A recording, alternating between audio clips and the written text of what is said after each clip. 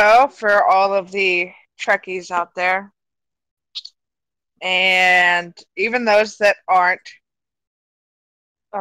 fans of the show or fans of the new movie, Star Trek Online has shown up here recently, and as far as I can tell, it's been a real big hit.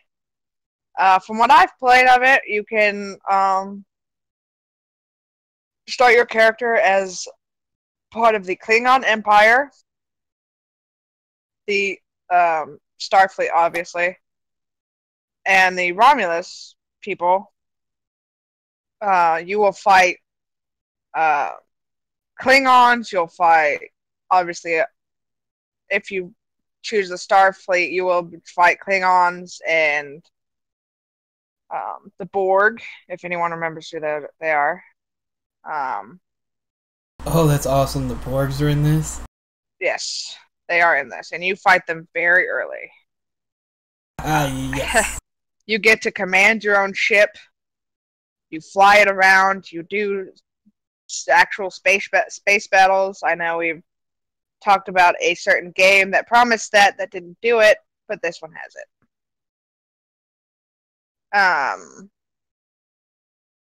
There's a lot of stuff in this game. Like, depending on who you choose, the game, like, the missions are completely different.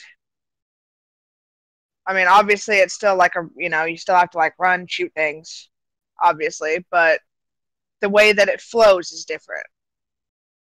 So, I have a Star Fleet captain, and I have a Klingon.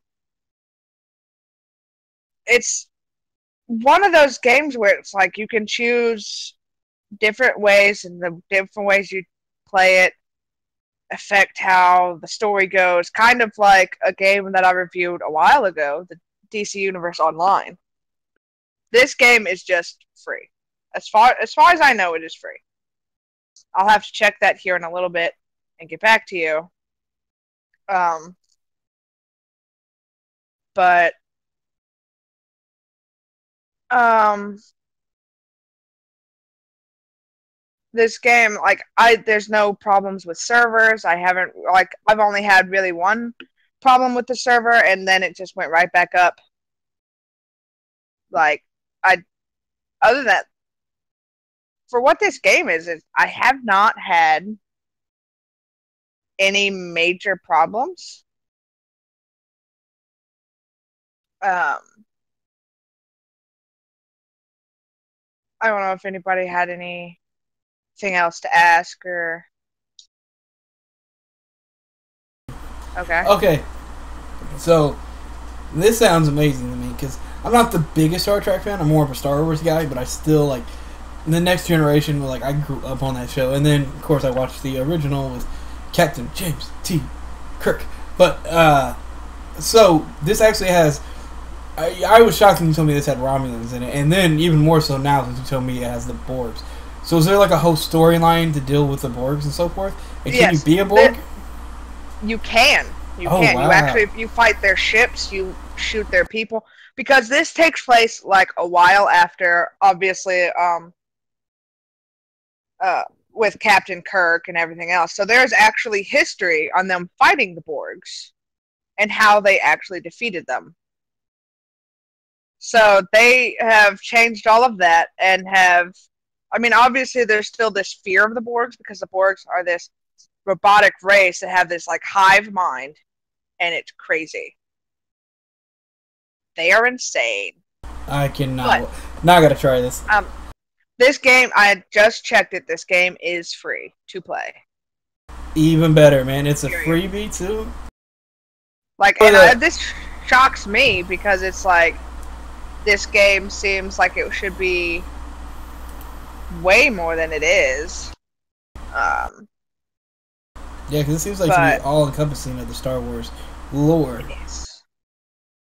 I mean, as far as Star Trek goes, yeah, it is, and you will.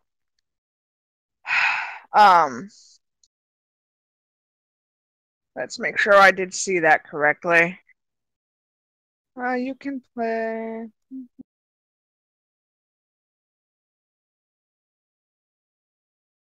Okay.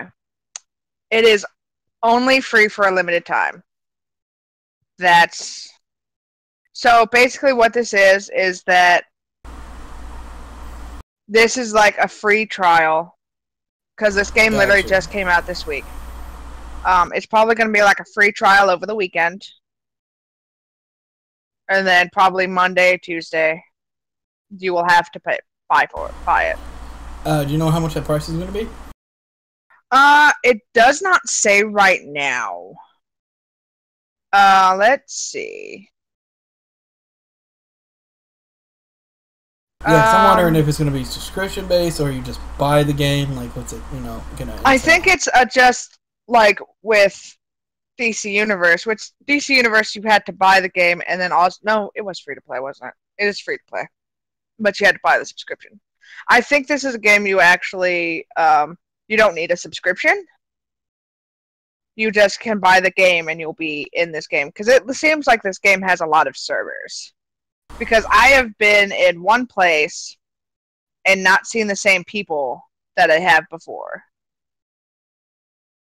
Like I had a server problem and it went down, and then I got back in it and I had different people there. So, yeah, they swapped servers on you. Yeah. This is free for now for anyone who wants to try it. See if you like it. If not, you didn't spend anything. I think actually I really like this for games like this where it's like you're not too sure if you're gonna like it. So and it's free for a few days. If you like it, you can buy it. If not, no hard feelings. From what I'm reading on it right now, I just started today. So there's over 125 episodes through multiple story arcs. So with with the three people with three factions you can choose, there's over 125 episodes with those three things. That is a lot. This game seems all encompassing for Star Trek, and I think people are going to be really excited about it, especially Trek fans. I am not personally a Trekkie. My brother is.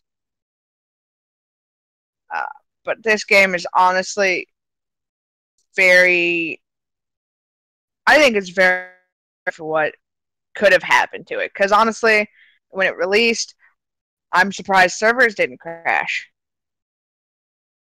But it hasn't. It's held together really nice. The animations are really good. You can choose. I didn't mention this earlier, but even like with the different factions you can choose, you have different races you can be. It's really awesome. This game is one of the best. Like one of the best online experiences that I've had. Yeah, I'm definitely gonna have to check this out now, especially if it has the Borg and all that mythology behind it, Yeah. and it is an MMO on top of that. So I'm gonna have to check this out, especially since it's free. And I agree with you completely, Monkey Balls. It's nice that we get a chance to not just play a demo, but actually get in there, see everything the game has to offer, and go, okay, this is something I want. Yeah, and like the best thing about this that this does that a lot of other MMOs should do is if when you start a mission, unless you have a party with you, you are on that mission alone. So nobody else is going to come into this mission and just mess it up for you. I think that's one of the things that's really cool on this. I haven't seen anything as far as player versus player, anything like that, but so far this game's really nice.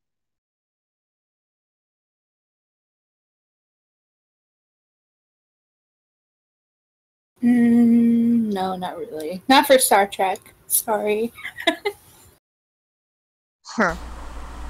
See, and I love it. So it's combining all of it. You got the Romulans in there. I can't believe how much lore this covers. Because you have basically all three enemies, from the Klingons to the Romulans and then to the Borg. So that covers 3 TV shows and 3 different mythologies to follow throughout like a few hundred, like almost 100 years of history, isn't it? Basically, in between like a few of those Star Wars shows. Yeah, there was, yes. I think what part of it is that, I mean, obviously because you have there are a lot of bias with that first show. Obviously the red shirts die. You know, that was always the thing. If you're an extra and you're handed a red shirt, you're going to die this episode. That was one thing everybody picked on pretty quickly. The red shirts are dying. Obviously, William Shatner's acting was, how do I say this nicely? Because I do like William Shatner. It was very exuberant. It was ahead of its time. Mm-hmm. Why did you have to do it exactly like that, though? That's how he talks on the show. Yeah, because it is awesome, and how he emotes to get across dialogue when it needs to be held for a dramatic pause and scene. I didn't say I wasn't a fan. Like, I didn't say I hadn't seen it. I'm just not huge into Star Trek. Like, I don't know, but I will say the new movie looks really good. Yeah, it is. It's very nice. Yeah, it's a really good movie. We should have done a review on that one. Shit. But damn it. In all honesty, this game, even if you're a Trekkie, if you're not a Trekkie, this is a great game to play either way. It's really fun. You can do all kinds of crazy stuff. You get to fly your own ship. You get to name your own ship. Like, what is not fun about that? Like, I can do this forever.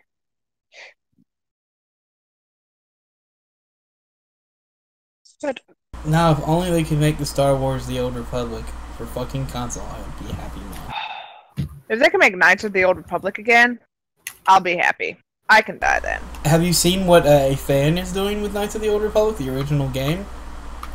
They're remaking it. They're putting in a first-person option, which I like. But it looks like an Xbox One game. They are completely remastering that game, redoing all the models and textures and beefing it up, and adding in the content that was cut from the game. And so far, BioWare is fine with it. So hopefully it gets done. You can actually check up gameplay for it. You would lose your marbles over it. It looks awesome. Honestly, I just don't want to do swoop races. I hated swoop races in that game. They were awful. As long as they put in an option not to do it, I'm happy, man.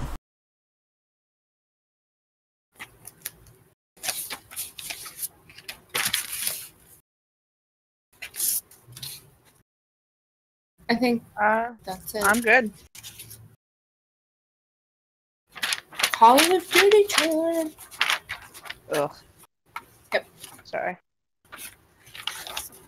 I will mute myself for this. Huh? Oh, okay. Is my stream stuck? What the fuck? Okay. It's just slow now. I wanted to load up real fast. Okay, so a few days ago, Call of Duty, sorry, I'm stretching. Call of Duty released a new gameplay trailer for Call of Duty Infinite Warfare. So, if you saw any of the previous, YouTube episodes or podcasts where I absolutely just talked mad fucking shit about Infinite Warfare, you know that I am, absolutely, fuck this game. Call of Duty has run itself dry. It is done. It is just, a barely hanging in there franchise. So I went on ahead and I was like, okay, well, I gave, obviously, Battlefield the benefit of the doubt because I pre-ordered Battlefield 1 that's coming out in October. So I was like, well, I guess I better be, fair and watch the Call of Duty one, and so I did. And it is not bad. It is very interesting, though. So when I watched this trailer, it reminded me a lot of the movie Alien, which is pretty neat, actually. But with less aliens and more robotics. Like, there's a lot of... I don't want to say that it's like alien versus player combat. It's nothing like that. But there's like a lot of helper bots and stuff like that get corrupted on these ships and kill civilians, and they're trying to kill the soldiers and stuff in this trailer. And it's very dark and very suspenseful. I was sitting there while I was watching this trailer, and I was like, oh my God. Like, I was watching on my iPhone, and like just watching it on that little screen, I got, like, my heart was racing and, like, stuff was jumping out. So that trailer was actually a lot better than the intro trailer that they originally put out, because in the original trailer for, like, the Call of Duty, I guess, what do they call it? I'm sorry, I'm having, like, a brain fart right now. Like, the teaser trailer for the reveal, I guess is what it is, the official reveal trailer. It was not, to me, it wasn't suspenseful at all. I mean, outside of the guy, like, almost falling off the ship, I wasn't really freaked out. It was too bright. And I'm sitting here and I'm like, man, this is just going to be another freaking Call of Duty game. But if it ends up being, like the dark, suspenseful thing, like what they were showing, this is actually going to be pretty good. So now I'm curious. I mean, I'm not saying that I'm going to go out and pre-order both, but, like... And the other thing, too, is I'm pretty sure what they were showing in their gameplay trailer was more than likely on campaign. So obviously it wasn't player versus player in this one. But even still, like, I'm really big on the campaign versions of games that you play online. And it looked really good for the campaign.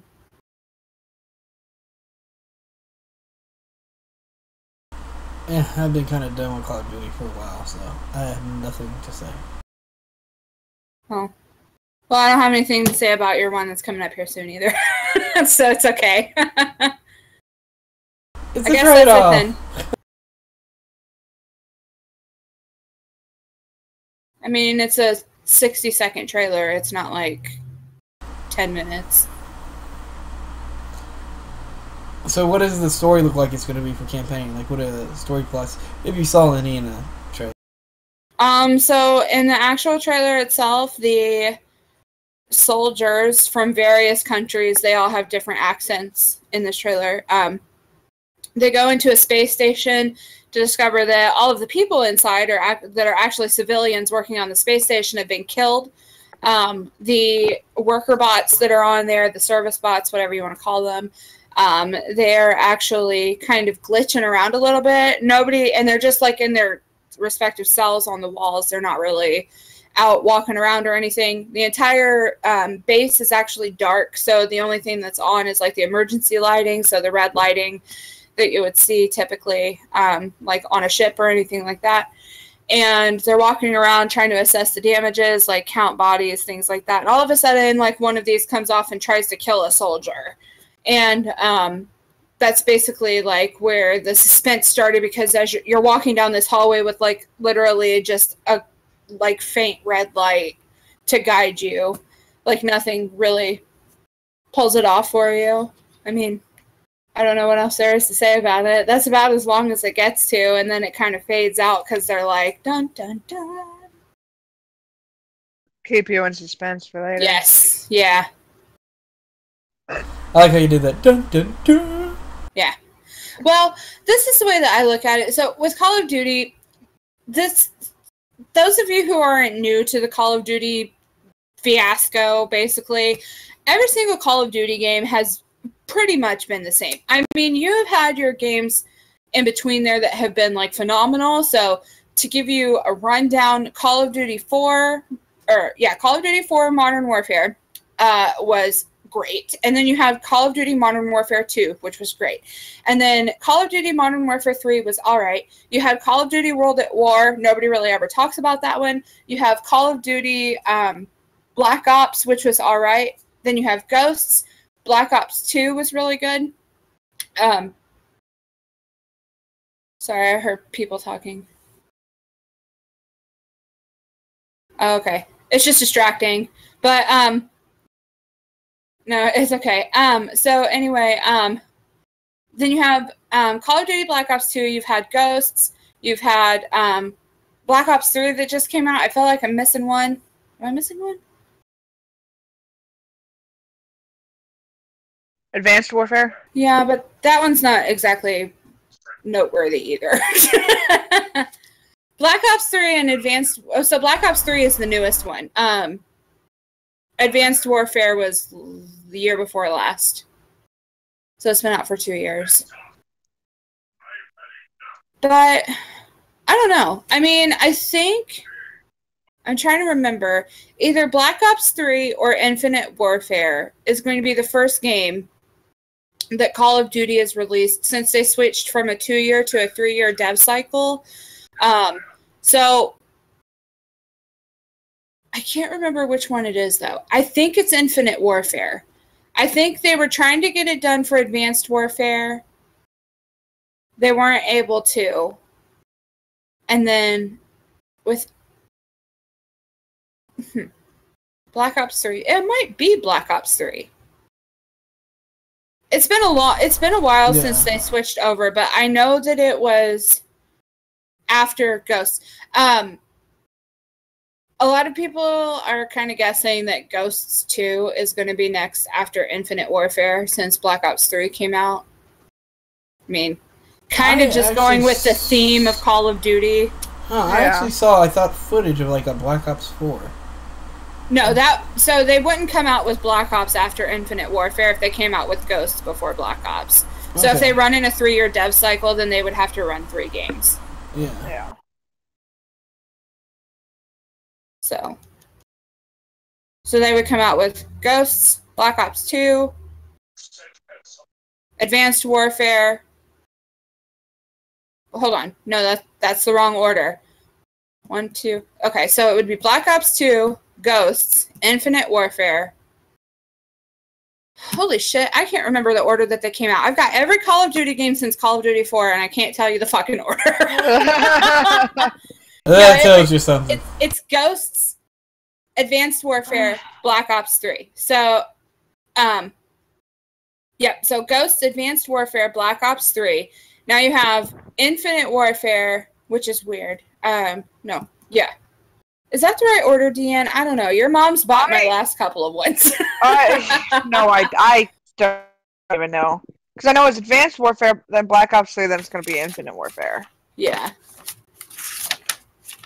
So I can't remember the order that it goes in. I feel like it was the year before last, though, that I got Infinite or Advanced Warfare. It had to have been, because I still had my 360. I mean, I still do, but that's why I have Advanced Warfare 4. Which that one wasn't too bad. That's not original. What? Sorry, nothing. Although I can't really say much. No, I ran into somebody that was literally named Killer Croc. Oh. That's funny. But yeah, that's basically all I had. If you haven't had the opportunity to look at Infinite Warfare, if you're originally a Call of Duty player, go look at the new trailer. Give it a chance. I mean, it does look really good. I'm not saying that I would spend my $60 on it, but it does kind of give the game more depth than what the official reveal trailer did. Because like I said, the reveal trailer to me, it was too bright. It wasn't suspenseful. I mean, the things falling down the hills and guys sliding off of ships, like that's something that we've all seen, like from numerous games across, the years, especially recently. And it wasn't really anything. I mean, I'm not even saying that this is unique to just Call of Duty, but it does give it a lot more depth and it's not as bright, and it kind of gives you a little bit of like the real gameplay that you're going to experience with Call of Duty Infinite Warfare. I'll be really curious to see after it comes out in November what the multiplayer is going to be like. That will be really neat to see. This is not supposed to be 100% set in space, though. Huh. It is not. So I guess, well, it's another one of those things, you know, that you kind of just wait and see until November when she's out. Yeah. Until then, they're just going to keep giving us teasers. Yeah, pretty much. So, yeah.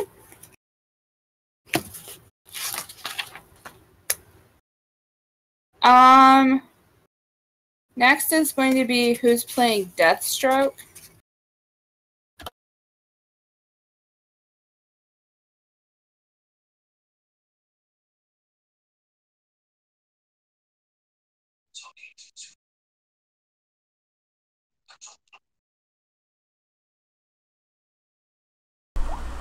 Alright, for all you comic book and comic book movie fans out there, about a few days ago, Ben Affleck, being the badass he is and playing Batman, he released a little bit of footage of none other than Deathstroke, a live action Deathstroke. And then the camera kind of pans around to show that it's like on a movie set. A lot of people are like, holy shit, is he going to be in Justice League? But no, they announced he is going to be the main villain in the next Batman movie, and is being played by Joe Manganiello, or whatever his name is. From what I heard, I guess he was in the Magic Mike movies, and he was actually a pretty good actor. I've never seen those movies, because, well, I don't like men. But this is exciting news, because Deathstroke is an amazing character. He can go hands up and toe-to-toe physically with Batman. He's also a very smart, cold, cunning, calculated, basically killer, because he's an assassin for hire, which is a nice little dynamic against the Batman being a, well, super intelligent detective. This is going to be quite the mashup in my mind, and I really like Ben Affleck's Batman, and I think this is going to be quite amazing to see. Now, I don't know if this is going to tie in with the Robin and Nightwing, maybe, because if you are a comic book fan, you know Deathstroke made his first appearance in Teen Titans and was a main antagonist against Nightwing, which is Robin kind of grown up and having his own persona at that point. So, I mean, they did tease the whole Robin death scene of, is it Tim Drake, or was it, Dick Grayson grows up, Jason Todd, yeah, thank you. Because they showed Jason Todd's Robin suit after the blast and Joker killing him, so I wonder if they're going to tie in Dick Grayson and Nightwing and have him in the movie, and maybe we'll get our first glimpse of the Bat family in a Batman film. That'll be amazing if that happens. But I'm just psyched about this.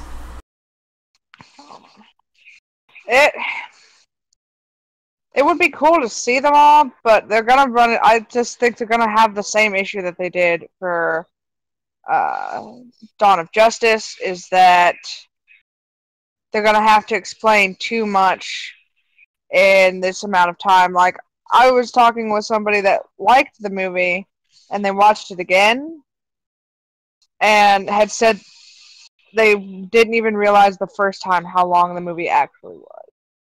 And it was, for a lot of different reasons, because of the explanations and everything else. I mean, it'd be cool to see, like, Nightwing and, you know, Tim Drake's Robin, if they do decide to do it. It's just one of... For me, it's one of those things where it'd be cool to see it, but the explanation behind it is really a lot, because all three Robins had different stories. Dick Grayson was part of the Flying Graysons. His family was killed. Batman took him in. Jason Todd actually stole the hubcaps off the Batmobile. And Batman later, and obviously Batman thought it was oppressive and took him in after he left, and then obviously, and then Jason Todd was killed. And then after that, he picked up Tim Drake, and I can't really remember how. Did Tim Drake sneak in? I don't remember. I can't remember Tim Drake's. I think he figured out who Batman really was. I think that might have been it, but I'm not 100% sure. Don't quote me on it or anything. Yeah, I just can't really remember. Mostly because although I liked Tim Drake's Robin, he was not my favorite. Yeah, I just know that at the beginning, what was it? Batman was really protective over Tim Drake when he first started. Yeah, He would never let him fight. He would never let him fight the Joker alone. Would you blame him?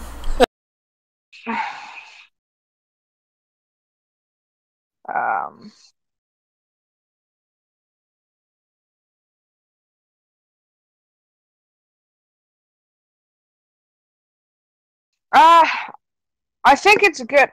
I can't think of who that is. Like who? I've heard he's a good actor, but all I've heard is that he was in the Magic. Is he like an older guy at all? Do you know? He's like in his 30s. Okay, yeah, no, I don't agree with that. Then here's my reasoning for that, because Deathstroke's actually older. So Deathstroke Wade Wilson was a former military guy who had experiments done on him, much like Wade Wilson in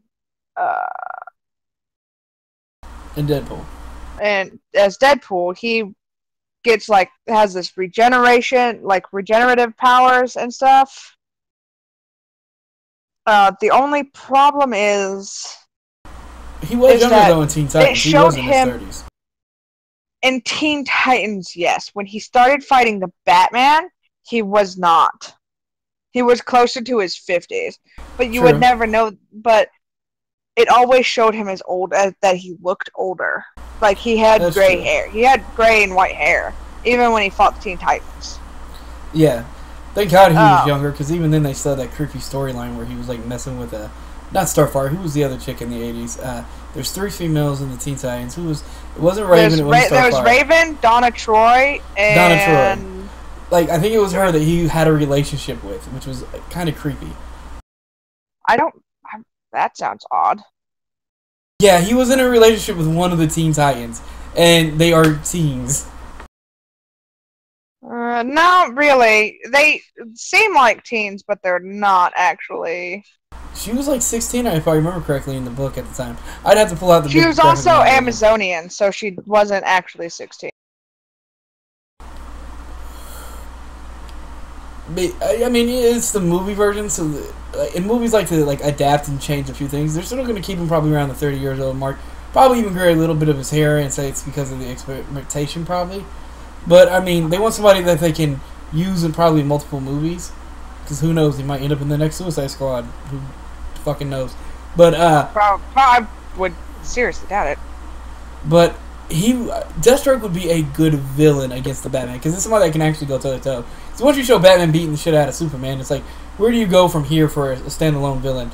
And yes, Deathstroke is completely human, but Deathstroke is almost on par. He has physically went toe to toe with Batman and almost won numerous times. He is on par with his intellect and his physicality. So I think that's a good matchup. Now, hopefully they'll pull it off. Now, I believe in Ben Affleck. He is writing the script, and I could actually see him bringing in Nightwing, because one, they've already hinted at it in Batman v Superman at the Bat family. And you can do it in a couple throwaway lines if you write it intelligently enough that where fans will go, okay, and immediately introduce him and have him part of their, he's always been part of the Batman family. But, we're starting with a Batman already long in his career. So they can just throw in a few lines and say, yes, he was Robin at one point, and now he's Nightwing. You know what I mean? And then you can put it as him and Deathstroke having some history and Batman having to be involved. Possibly. Maybe.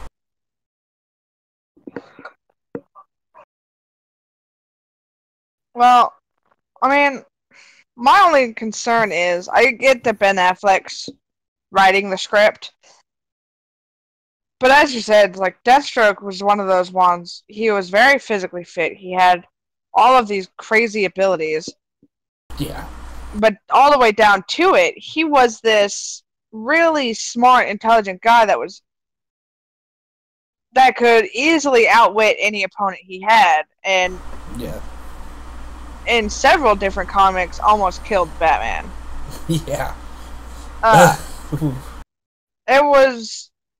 He's one of those villains that I'm excited to see. I just want him to see him done correctly. Now, for those that watch other shows, Deathstroke has already been seen. Yes, he has. He's been seen in Arrow.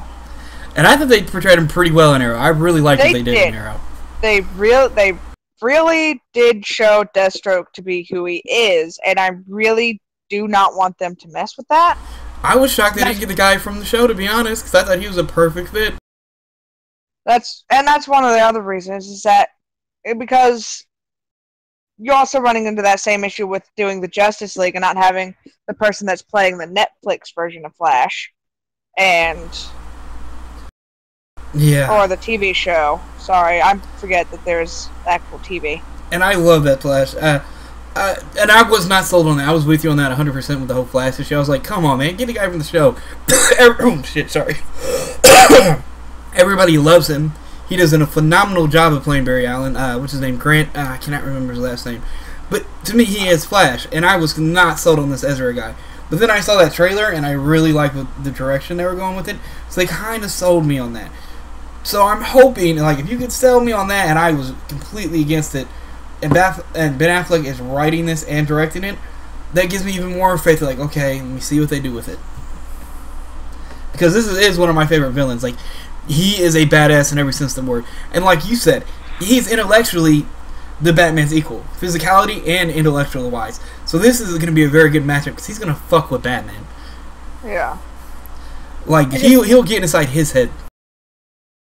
I just want to say that one of the viewers watching The Highland King, he said, sounds a bit creepy, but he won't be the standalone villain. Someone will have paid him to kill Batman. I mean, he is an assassin. That's a good point. Very true, and I did say that earlier, like, he is an assassin, and he's the best. Like, say what you will about, Deathshot, but he is the best.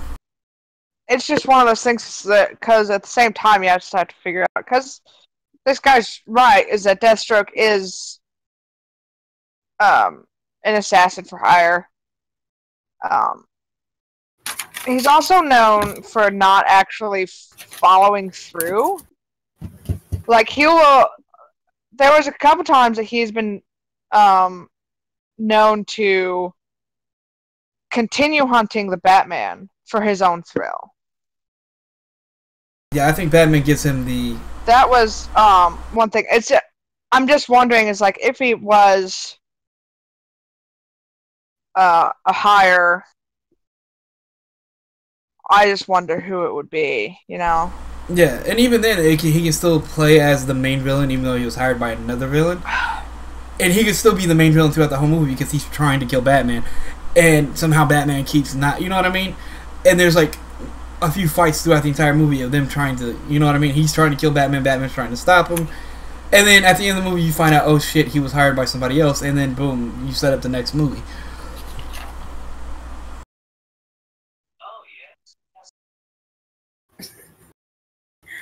Now he's the Highland King. Didn't he also go through a phase of being scared to use guns against Batman because it never went well, or is that Deadshot?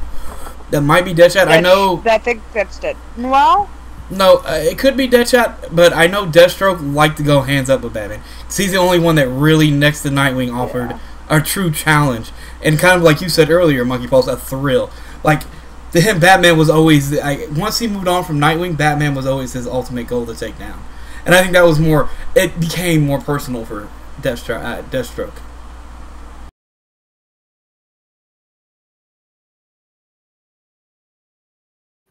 I think she's, like, engrossed in her game. She probably is. I know. So, but yeah, I can't wait for this to come out. I can't wait. I heard they might do something like Arkham Asylum and have it in Arkham, which could be kind of cool. And that could set it up. I've heard a few theories say that they're going to use more than one villain. And if they do that route, I think Deathstroke might be one of them, or the main one in the place that sets Batman up and gets him trapped in Arkham. Almost like I've heard it could be like the Raid, but these are just rumors that I've heard. Some people that say they're insiders and rumors being leaked, so don't hold me to it. It probably won't be. But all we know for sure now is Deathstroke is in it, and he's going to be in a villain going up against Batman, and possibly the main. So this does get me excited, because I can't wait to see. Because one of the good things about that BVS movie, because I was not a fan of it, was Batman and then the fighting Batman did. That warehouse scene, oh my god. So think about him and Deathstroke going at it like that. That would be fucking amazing.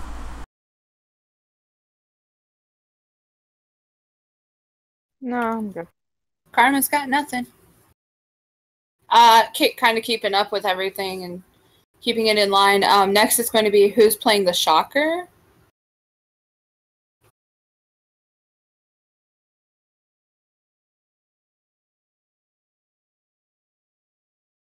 Okay, moving on from one actor's news to another. In Spider-Man Homecoming, there will be 3 villains. We know Michael Keaton's playing the Vulture, but next up is Bokeem Woodman, one of my favorite actors from the late 80s all the way up to the early 2000s, and then he really wasn't in much.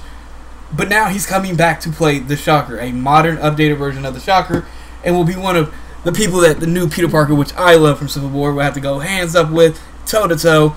Yes, he is what some would call a C-list villain, but I always dug the Shocker. And don't get confused, he's not like the other guy, Electro. His powers don't come from shocking like me and Monkey Paws were talking about off camera. It comes from him creating shockwaves and earthquake-like things with these devices he has on his hands. He is like a lower-level street villain who likes to rob. He ain't looking for world domination. He just wants to take all your money and have a heyday fucking shit up. This is awesome because everything that's lining up with Spider-Man and the casting news with and also Jon Favreau is coming back to play Happy Hogan from Iron Man. He will be in Spider-Man Homecoming alongside Robert Downey Jr. playing Iron Man, so that'll be a little cool too. But this is awesome because the Shocker is a villain that we haven't seen yet, just like the Vulture, but he is a mainstay villain from back in the day, from the Stan Lee days, so he is one of the original villains. And they're putting him on screen, but I like the way they have him looking. It's an updated version. They still have like that patchwork clothing on him, but in a more updated, kind of like thrown together outfit, which I'm really digging. Monkey Balls, anything you got to say?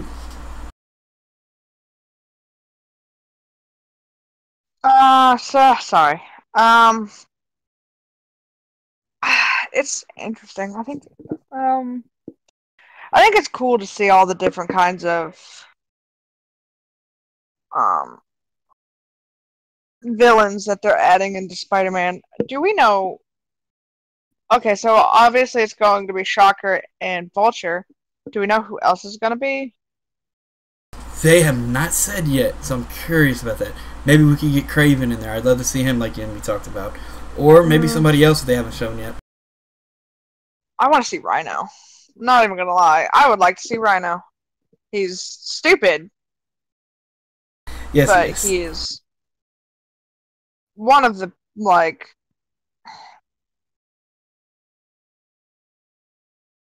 I just hope they don't do it like they did in the last one.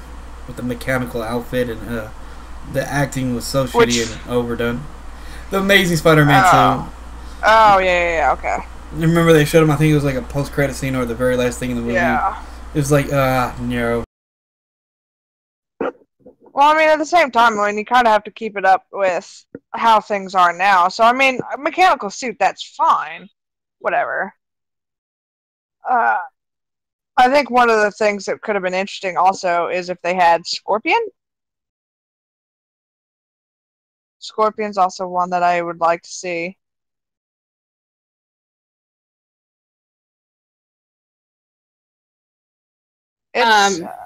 Sorry, go ahead.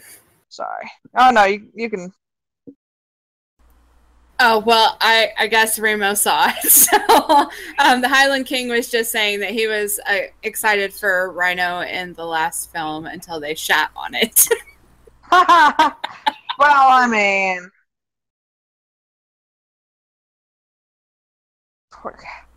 Yeah. They,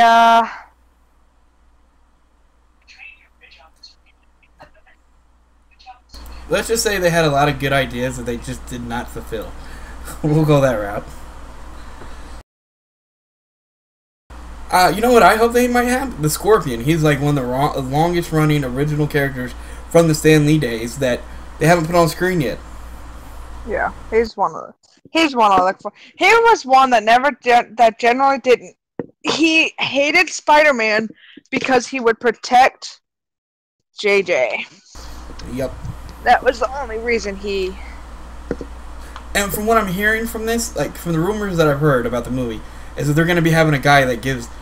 It might be the Vulture himself, played by Michael Keaton, or it could be somebody else that's an ex-pissed-off employee of Tony Stark's who's making all these outfits and gadgets for the people. So, like, Shocker gets his from him.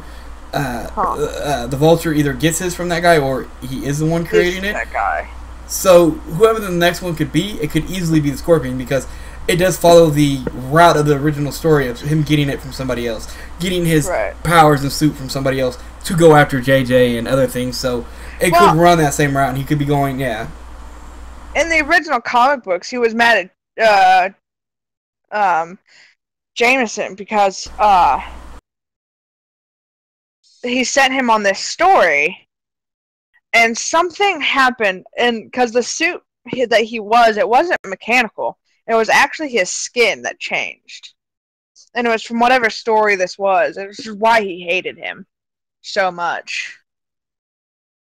Which I think flows a lot, because Venom also hated Jameson. It's like, really? Yeah. I wish they would redo Venom. I really would. I do too. Venom is one of my all-time favorite characters. They fucked up Venom so bad in that third movie of that Tobey Maguire series that I was just like, nope. Oh, I walked out of the theater halfway through it. After I saw what they did to Venom, I was like, nope. I was already done when they showed Peter Parker doing the emo dance, but at that point, I just walked out of the theater. I was like, no, they fucked up my favorite character. If you think about... Oh, crap. Okay, I'm gonna have to mute here. But, like... Venom was one of my favorite all-time characters. I even have his run of the comics from when he actually became an anti-hero and became like a good guy. And I would love for them to see them pull that off, but I don't trust Sony at this point. Marvel's still in control, yes, but you can't just introduce Venom out of nowhere because you have to have Spider-Man have the suit first and everything else. So we'll wait to see what they do with the next movies and how this one plays out. And I think it's going to be really good. The Civil War was amazing. And Michael Keaton is... It'll be awesome. And Michael Keaton playing fucking the Vulture. I mean, what better actor can you get nowadays? So I have trust in this movie, and we'll see how it turns out. But, I cannot say his name. But this guy who's playing the Shocker is an amazing actor. He's always put everything he's got in every movie he's done. Some of those movies aren't that good, and he's probably the better things in those movies. But he's always given it 100% and has always done every role he's been in justice. So I can't wait to see how he pulls out the Shocker. And that does look like his big-ass egg-shaped dome in that hood.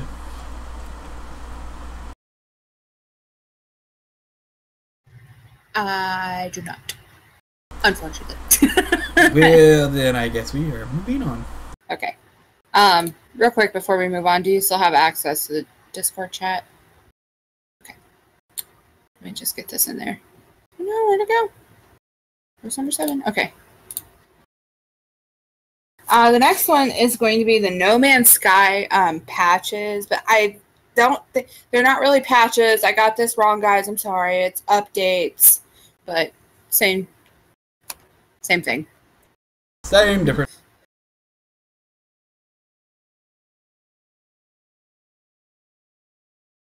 Is that what that was? Yeah, I'm hearing thunder or something. It's either thunder or a very long, rumbling nuclear bomb. One of the two, either I'm dead or I'm getting struck by lightning, but let's continue.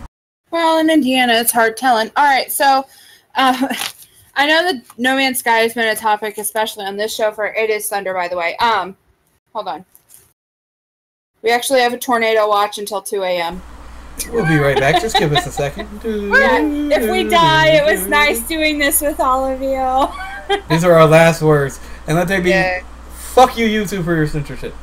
Yeah, right. Okay, so back to this. So for the last couple of weeks, No Man's Sky has been a big topic. Myself and Vodka Knockers have really been covering it the most. But basically, there's been like this giant uproar between the people that pre-ordered and bought No Man's Sky about whether or not this game is going to be like anything that they ever imagined that it would be.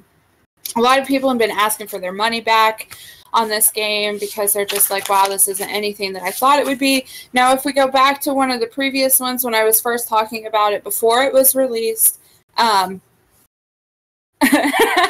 sorry. The game itself was described to be more of like a Minecraft version of a space exploration game. So it was kind of supposed to be like you find like all these resources and stuff and kind of build your own kind of game. It wasn't actually handed to you already by the developers. You created what you wanted out of this game. So, I kind of just did some looking around online and like some different polls and stuff. The general consensus is that, so between the two, like, is No Man's Sky, was it doomed before the start? Or, you know, are people excited to see what this is going to, like, what's going to become of it? 70% of the people who purchased it or are intending to purchase it are really excited to see what No Man's Sky is going to become, and they're actually not interested in giving their money back because they want to see all of the patches and things like that. They're talking about adding an multiplayer experience, also base building and freighter ships that you can fly rather than just fighting on them. There's also a whole list of No Man's Sky patches that are that have already been released, the PS4 versions and the PC versions. If I'm not going to read all of them because there were a ton. Most of them are basically, though, just like glitches that were experienced. So like you were getting stuck in the terrain on some of the planets. Stuff like that. You're having some difficulties after warping. It wouldn't save until you died, things like that. If you want to see those, you just go to the No Man's Sky website under logs, and they're all located there. But I thought that was really interesting that, like, on this show, that there's a lot of negativity about it, but actually a majority of the populace is still really excited to see what it's going to be. That's actually shocking. Yeah, I know. I was surprised too. I mean, like right now it's really boring, but you know. Right now it's a little boring, but it's going to get better. Yeah, I agree. I can't wait for this to come out. I think Minecraft. Minecraft's really boring when you first play it until you actually get into it. And it's definitely, when you're playing it with friends, it definitely adds a lot to it, because then it's just a whole bunch of craziness ensues. So I can't wait to see what this does. I'm still going to check this game out as soon as I get my PS4 Pro. This is going to make a lot of people happy. This is going to make a lot of people who bought the game and then immediately put it down, make them go, let me check this out. And then maybe this will give them a new appreciation for it. I don't know. We have somebody in the chat right now watching the show that's a little not happy with how the game turned out, but maybe it'll turn them over. We'll see. That's all I had. But yeah, I think this is a great idea. I mean, yeah, I can see where they'd want to,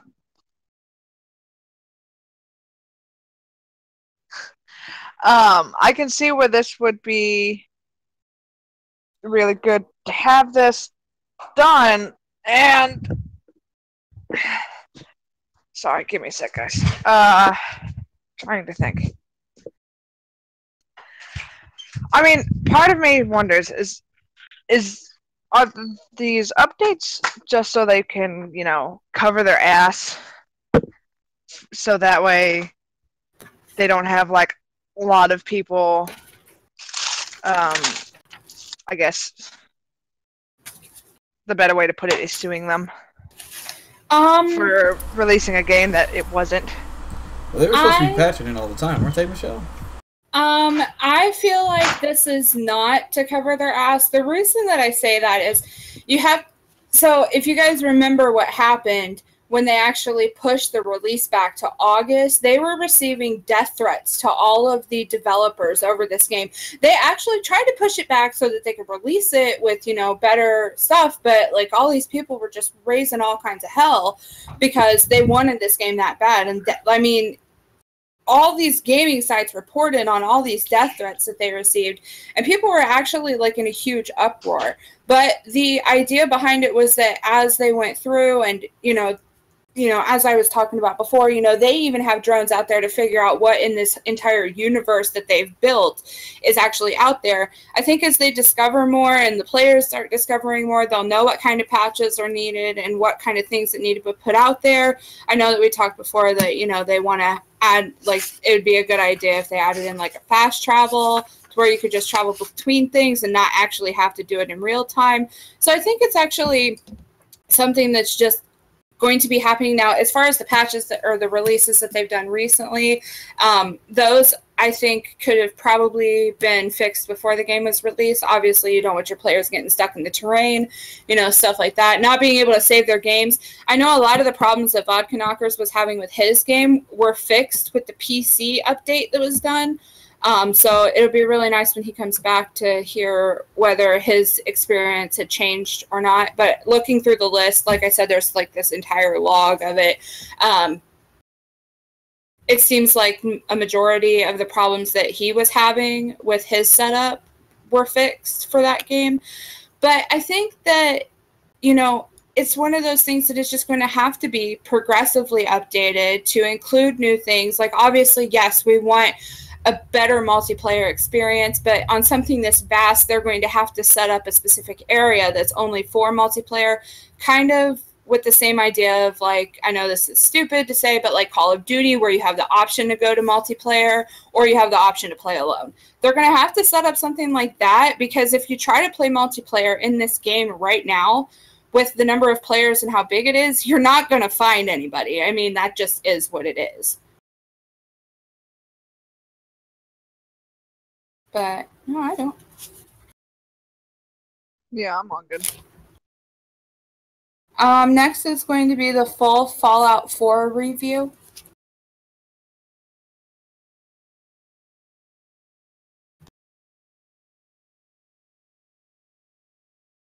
Okay, so here on August 30th was the release of the last major was Nuka-Cola World. The last, what they're telling us is the last DLC for Fallout 4. So I've played it. I've played them all. I've played through. Sorry. I've played through the auto. It's like automaton. I can't ever pronounce it. Where you'd have to deal with a mechanist. I've done Far Harbor. I've gone to Vault, 88, and now Nuka-Cola World is here. All in all, this game has delivered in a way I know Bethesda always does. Obviously, I play the Xbox One, so as of right now, I have mods that I can play with as well, which is really fun. And like the main story of the game was great. It gave you these little twists and turns. It gave your character a reason to go on through this wasteland. And then you have the end of the game. And then they added more stuff for after the game was done. But there's so much to do, even with the main game, with side missions. All of the factions with the Brotherhood of Steel, Railroad, Minutemen, Institute. With all of these people, you have so many more missions. It was almost like the game couldn't end anyway.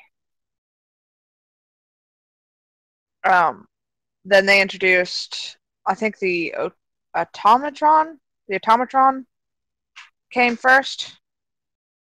And that was just a short little story mission where you can you fight this person called the Mechanist. They're who created these robots, and they're all over the Commonwealth. You keep doing all this, and at the end of that, you actually have the ability to make your own. Assaultrons, security, like you can make your own robots and you make them into whatever you want, and it was just really great. Then soon after that came Far Harbor, which is one of the bigger DLCs. It had its own full story. You had other factions you could have. More new monsters, new weapons. This whole story was the whole story behind Far Harbor. I think came out really well. There's one mission in it that a lot of people have had controversy over because it's the one mission that isn't like anything else. And towards the end, it gets kind of difficult. It took me about 45 minutes to finish.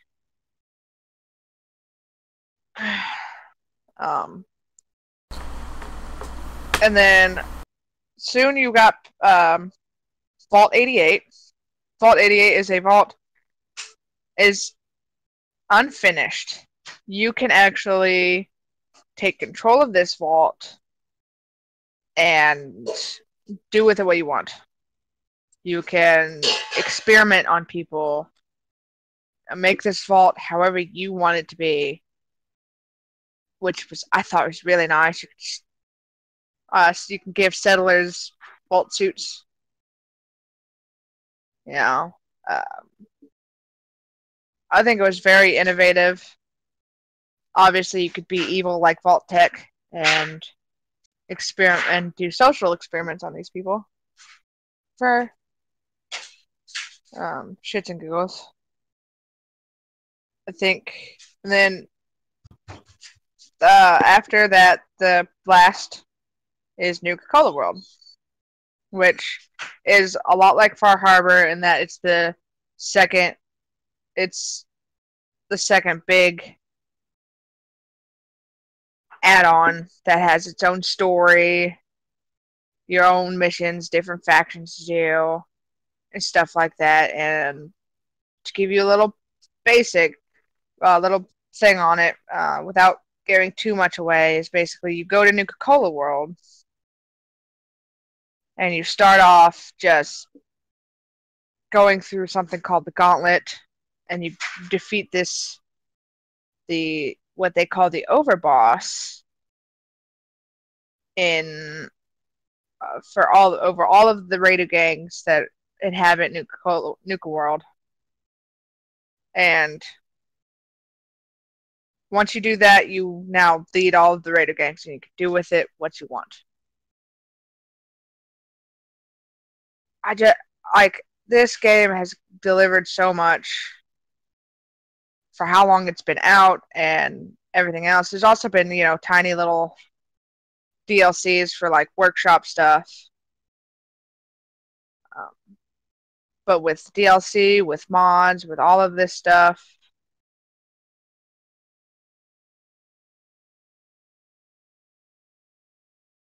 I think it's been really great. It's been a really great game. It's one that I could definitely play over and over and not get tired of. You have all of these companions. My favorite being Dogmeat. It's the one companion you can't piss off.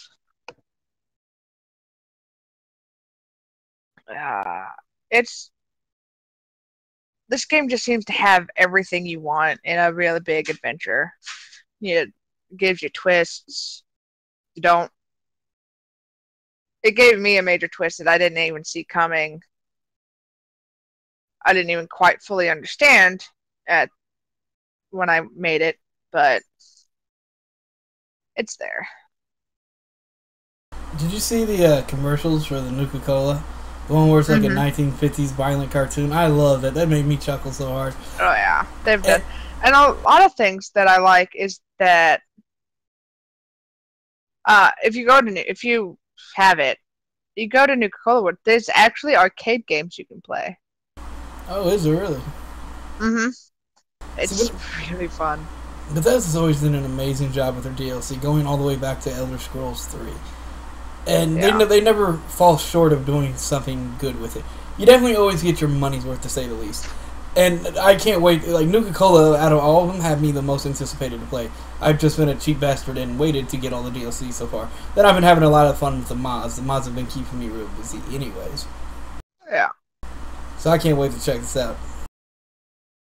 Oh yeah, I think this game, it's one I really enjoy playing. I'm sure I've tried getting Carmageddon to play it. She won't. I have told you I don't need to be addicted to anything else. Okay, right now I'm playing Sunset Overdrive and I'm playing, what's that other one? Dying Light at the same time. I don't like doubling up on games. Deanne can Monkey Paws can play like 50 at a time and never finish one and be content with life, and I can't do that. Join the Fallout. Love the Fallout. Be one. Join us. And then Yeah. Honestly, Fallout 4 has been one of my favorites for Bethesda games. I mean, they just do so well with this game. I really can't wait to see what they're going to do next. If they're making another Fallout, I really hope so. It just has everything that I was really excited for.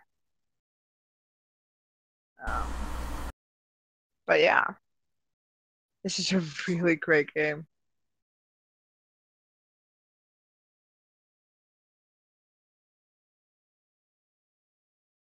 I don't think so. Next is going to be PS4 versus Xbox One Slim.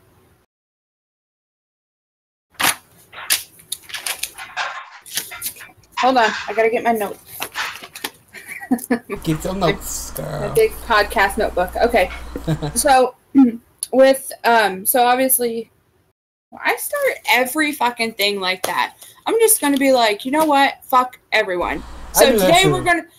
Welcome to the podcast, and today we're going to talk about the burning debate between the PS4 Pro and the Xbox One Slim. Everybody's kind of just going back and forth right now about which one to buy. Obviously, Xbox One came out, the Slim version came out in August, and the PS4 Pro, as Remo mentioned earlier, is going to be coming out in November on the 10th, right? 10th or 11th? I think so. I think it's the 10th. Yeah, it's the 10th. So, people are kind of like, well, like, which one should I buy? I know that I did that when I upgraded from a 360, when I had to decide, do I want to buy an Xbox One or do I want to buy a PS4? Like, I was up in the air. So, I kind of just went and grabbed some, like, little tidbits here. I got these from the IGN website because they were the ones that recently went to the, so I listen to their podcasts every week, and they recently went to the PlayStation meeting. So, to give a little bit of a comparison of the PS4 Pro and the Xbox One Slim. Both of them, so the PS4 is PS4 Pro, it's going to be priced at $399 when it comes out. Xbox One Slim is currently priced at $299, $349, and $399. The storage, the PS4 Pro is going to have 1 terabyte of storage for $399. For that same price, you get 2 terabytes with the Xbox One Slim. The 1 terabyte with Xbox is the $349, and the 500 gigabyte is the $299. The games, pretty much common sense. It's going to be PS4 Pro. It's going to support all PS4 games. Xbox One Slim supports all Xbox One games. HDR games, both of them support HDR games for compatible games. So if the game itself isn't HDR, you're not going to see a difference with either one. It's just going to be the same as playing it on a standard PS4 or a standard Xbox One.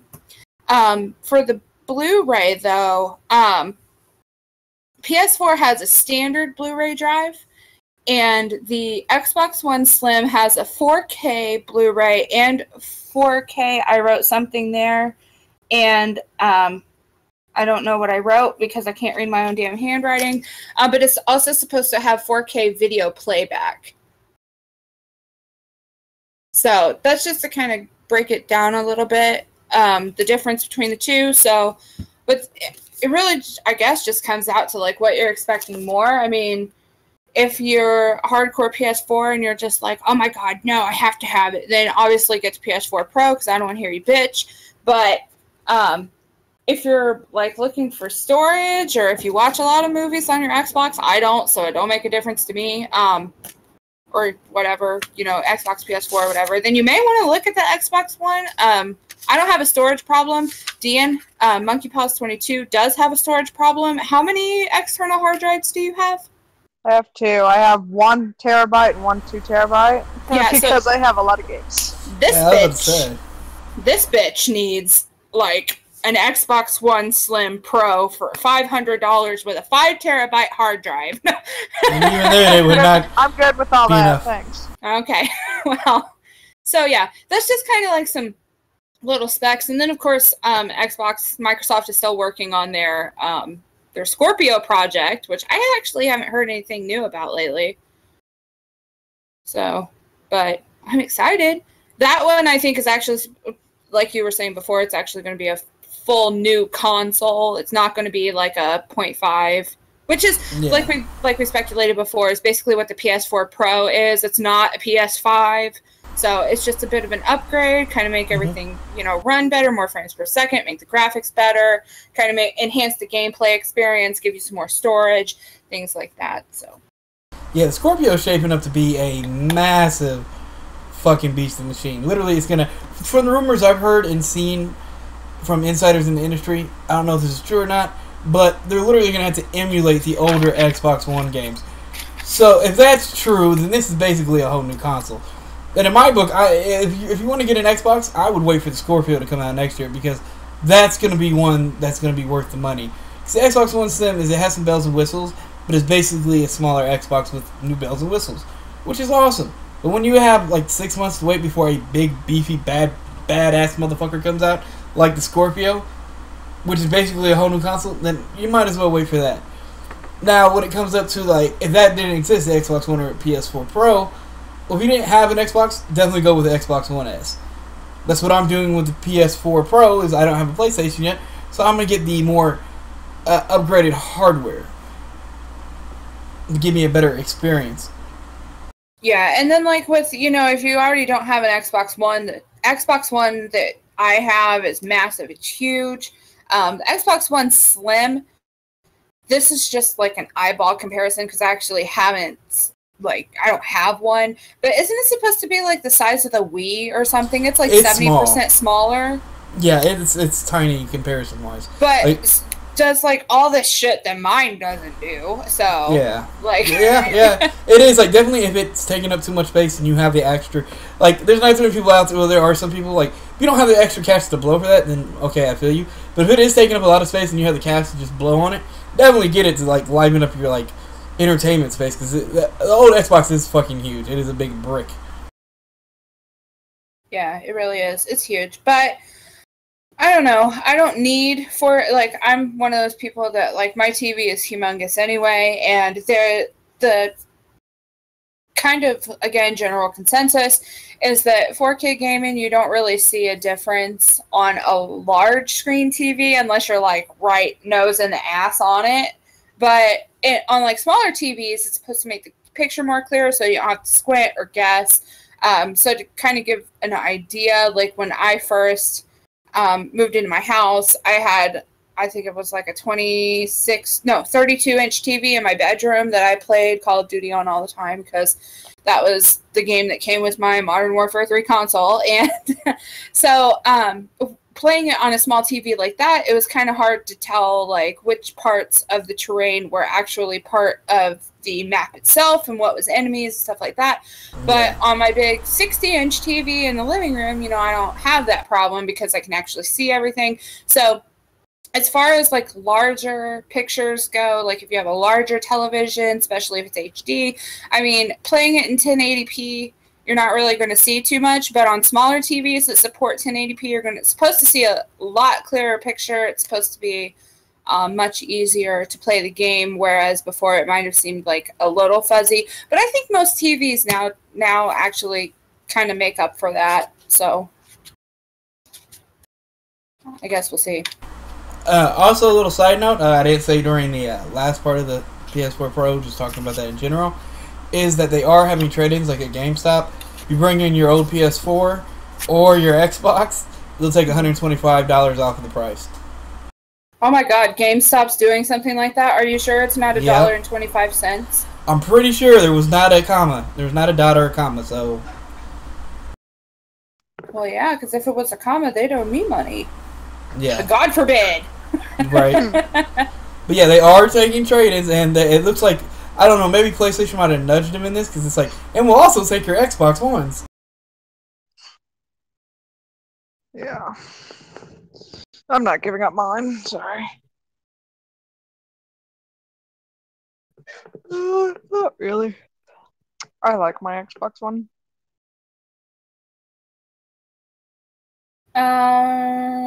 Star Citizen gameplay? Yeah.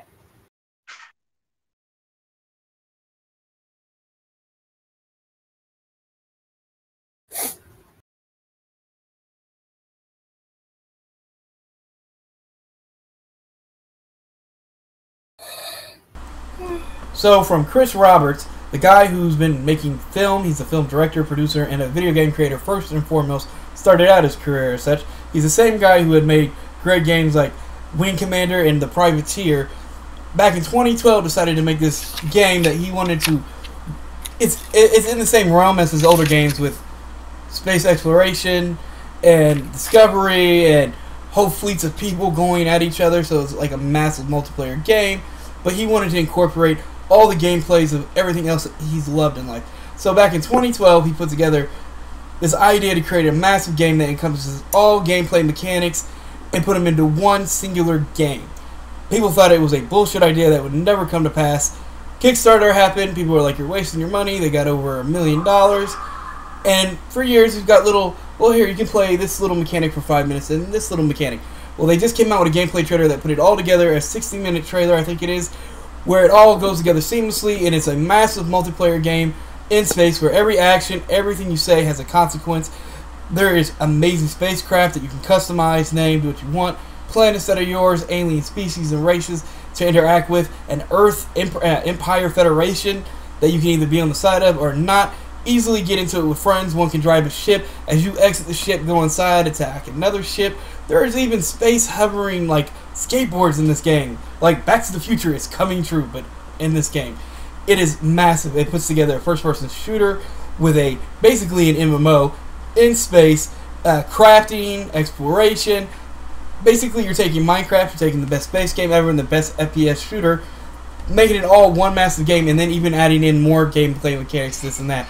It's looking to be a massive game. And from what I'm hearing, we got about another year and a half to 2 years to wait, and it'll actually be out. Everybody thought this was an impossible idea, and I'm so excited for this game to come out. This is going to feed my appetite. It's literally every type of gameplay that I love rolled into one, and it's going to have a massive cast of actors that are voicing these roles that have already actually, I think about a year or two ago, actually, were done already doing all the voice acting. Like Gary Oldman, yes. Commissioner Gordon from the Christopher Nolan's Batman movies is in this game. Among many other great actors. I'm so excited for this game.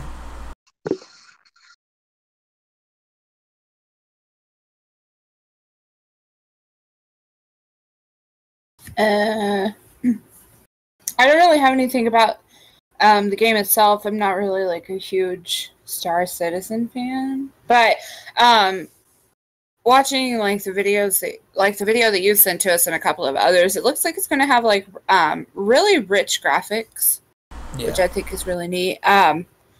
Obviously, they have human multiplayer. So like when I say human multiplayer, I know like it was kind of a different concept to me, and I was actually trying to think of some games that might have actually used this before, but like where you actually have to dock on a ship as part of a mission that's actually run by another human player. It's not like an artificial player, but they've actually been assigned to do this specifically so that you can play like your game. This is what they do.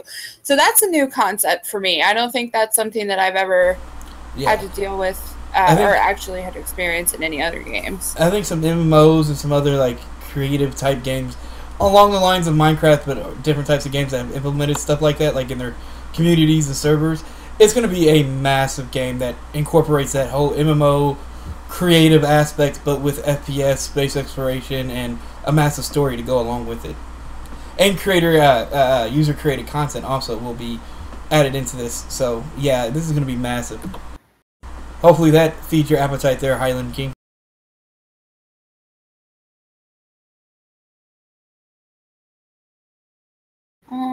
No. No, I'm alright. I'm good.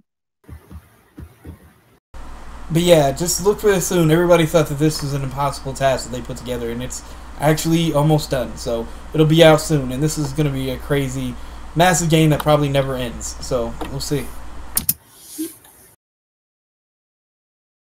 The last one is going to be I don't even want to know how you want to say it. Like the heartbreaking decision that Bethesda and PS4 came to today.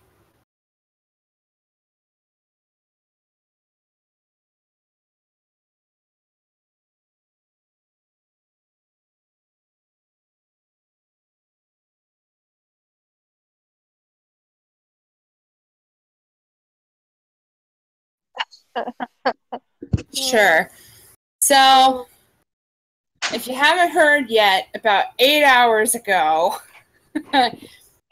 Bethesda finally announced. Well, I don't even know if you want to say finally. I don't know what the fuck happened, but there was a falling out between Bethesda and PS4 apparently.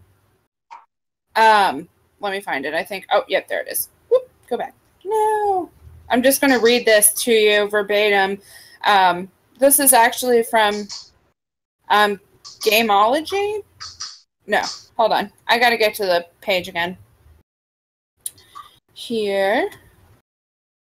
Oh, no, it is Gameology. So, about 8 hours ago, this is what it says, is that Bethesda has announced that neither Fallout 4 nor the upcoming Skyrim Special Edition are going to get the support mods that everybody was supposed to be so excited about. So, sorry, PS4 players, you guys don't get your mods. That's just going to be for the master race and us Xbox players, but apparently it's an issue with Sony. I guess they're actually basically blocking the ability to get mods. I know that they were trying to release it for all the PS4 games. Also, this does affect the new Skyrim remaster that's coming out. It will also not support mods, so you won't be able to get them in that one either.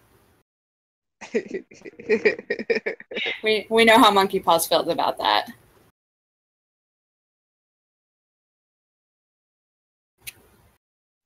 Yeah, I don't mean to laugh. I just think it's so funny. It is. It's because a person that I work with is huge PlayStation fan, and he's been like, "I'm waiting for these Fallout 4 mods, and can't wait for the mods for when Skyrim comes out." And now that PlayStation's just saying no, that's not happening. It's one of those things. It's like, well, sucks to be you. Yeah. Sorry. Sorry, Bethesda doesn't love you. This isn't like a major topic that we were going to talk about. It was just kind of like something that we discovered while we were talking about this. It's pretty crazy, man. Go ahead. Sorry. I think it's just... I just don't understand... I guess I'm more confused as to why PlayStation doesn't want to do mods. I mean, there hasn't even been any real harm to them. Let me see.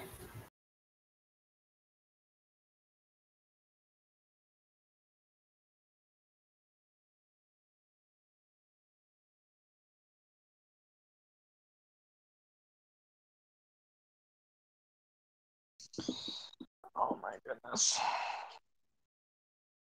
So it just says that Sony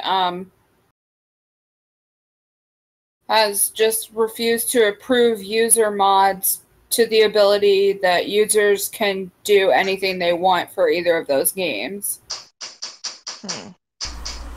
It doesn't really give a rhyme or reason. That's just a portion of their statement, though. I don't know if... I doubt that Sony's going to release one. I don't think they really care. Yeah, Sony's been known for in the past being leaning more heavily towards censorship than other companies. We talked about this earlier, but off there, before we started, we found out about this. They have censored other games that on other consoles haven't been censored.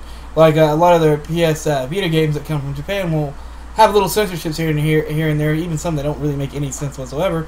But on Nintendo, of all companies, their DSs and 3DSs won't censor it. And that one game back in the day that I saw, and I think I was watching, the BMX XXX game where girls drove around with no tops on. Xbox, the original Xbox didn't censor it. Even the GameCube didn't, which is kind of crazy, but PlayStation did. So I wonder if it has to do with censorship and Bethesda you're pushing too far here. I can see that, but even so, Bethesda's done really good with censoring the mods that have come through, Bethesda.net for Fallout 4. If you use anything one of the ones that I've used was lightsabers. They used the term lightsabers, and then it was taken off. So they changed the name to laser swords, and then they were allowed to keep them. Wasn't it laser sabers? Yeah, or laser sabers. Yeah, I think that's what it was. I thought it was laser sabers. Yeah, that's probably what it was. I haven't used it in a while, which is weird. But they're done really well. Like even going through the mods now, there's not a whole lot that are really bad, or as I'm sure, or like there's nothing there that's really over PG or PG-13 level stuff. You know what I mean? There's nothing like... Yeah. There's nothing racy. Like, you're not going to be running around butt-ass naked like you do in fucking... Now, there have been a few mods that have... There have been a few mods that have snuck onto the Xbox, but they were quick to take those down. So I don't know if maybe that's why, but I don't know. Maybe it was they didn't want to help them get it to work, or something fell apart with the deal. But Bethesda came right out and said, like, dude, we were going to do this for you guys. We've been working hard on it. And Sony basically fucked it. I mean, it's just one of those things that I just don't really quite understand. It's like, this could be really good for you, but you know, it's not one. I'm pretty sure it's not one of those decisions that's just going to make somebody switch over from PlayStation to Xbox either. Regular guest who just finally decided to show up. You got anything to say about this, Knockers? No, not a whole lot, because I missed half of the conversation.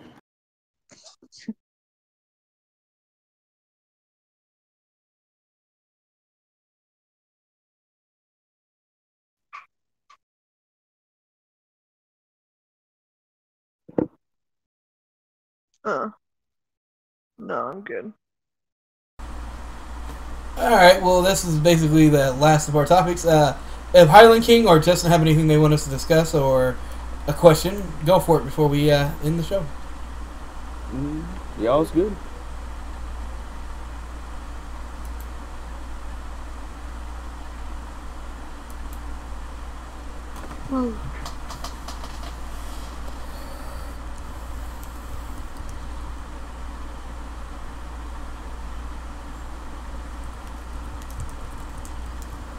Yeah, I don't really have anything else to add.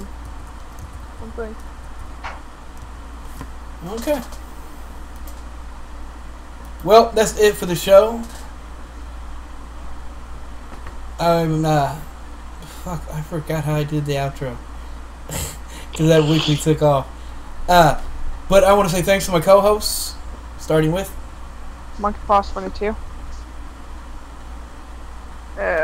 Carmageddon. Sorry, mine was muted. Carmageddon.